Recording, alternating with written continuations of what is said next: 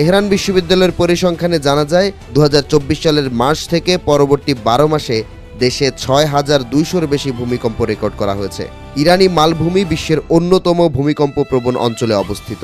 এটি কেবল বড় ধরনের বিপর্যয়কর ভূমিকম্পের জন্যই পরিচিত নয়, বরং ভূমিকম্প সংক্রান্ত প্রাকৃতিক দুর্যোগের ঝুঁকির দিক থেকেও অত্যন্ত সংবেদনশীল। তেহরান টাইমসের প্রতিবেদন বলছে, গত 17 থেকে 23 জানুয়ারি পর্যন্ত দেশ জুড়ে 126টি ভূমিকম্প রেকর্ড করা হয়েছে, যার মধ্যে 3 মাত্রার ভূমিকম্প ছিল 110টি, আর একটি ভূমিকম্পের মাত্রা ছিল 5 মাত্রার বেশি। তেহরান বিশ্ববিদ্যালয়ের ভূপদার্থবিদ্যা ইনস্টিটিউটের সিসমোলজিক্যাল নেটওয়ার্ক এই তথ্য তুলে ধরেছে। ইরান ভূমিকম্প প্রবণ অঞ্চলে অবস্থান করলেও সপ্তাহের মধ্যে শতাধিক ভূমিকম্পে তৈরি হয়েছে কৌতূহল।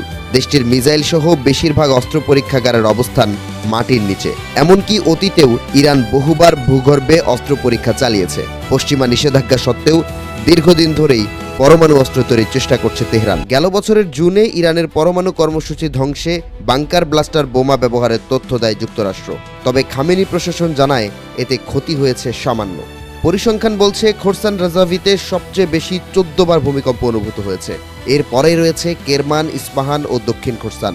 ইস্পাহান সহ বেশ কয়েকটি প্রদেশে ইরানের পরমাণু কেন্দ্র রয়েছে, তাই দুইয়ে 4 মিলিয়ে ফেলছেন অনেকেই। বিশ্বের মোট ভূমিকম্পের প্রায় 2% ইরানে ঘটে, কিন্তু বিংশ শতাব্দীতে বিশ্বজুড়ে ভূমিকম্পে নিহতদের 6%-এরও বেশি ইরানের ভূমিকম্পে প্রাণ হারিয়েছে বলে জানা গেছে। দেশটির ভূখণ্ডের 90%ই মেজর ফল্ট লাইনের অন্তর্ভুক্ত হওয়ায় ঘন ঘন ভূমিকম্প হয়। এক সপ্তাহের মধ্যে 126 বার ভূমিকম্প। জাপান, ইন্দোনেশিয়া কিংবা চিলি হলে হয়তো বিষয়টিকে স্বাভাবিকভাবে দেখতেন অনেকে। তবে দেশটির নাম যখন ইরান, তখন দুবার ভাবতেই হয়। পারস্য উপসাগরের দিকে একটু একটু করে এগোচ্ছে যুক্তরাষ্ট্রের নৌবহর আর্মাডা। খামেনি প্রশাসনের সাজানো গোছানো মসনদ ভেঙে যাবার মুখে। যা থেকে বাঁচতে কি অবশেষে পরমাণু অস্ত্র তৈরি করে ফেলল ইরান। ইরানের ক্ষমতার পালাবদল ঘটাতে উঠে পড়ে লেগেছে ট্রাম্প প্রশাসন। মার্কিন রণতরী Abraham Lincoln, guided missile destroyer সহ এক বিশাল নৌবহর যাচ্ছে ইরানের দিকে। ইরানও পশ্চিমা হুমকির জবাব দিতে জোর প্রস্তুতি নিচ্ছে। এরই অংশ হিসেবে পরমাণু বোমার সফল পরীক্ষা চালানোর ফলাফল এই ভূমিকম্প বলে মনে করছেন অনেকে।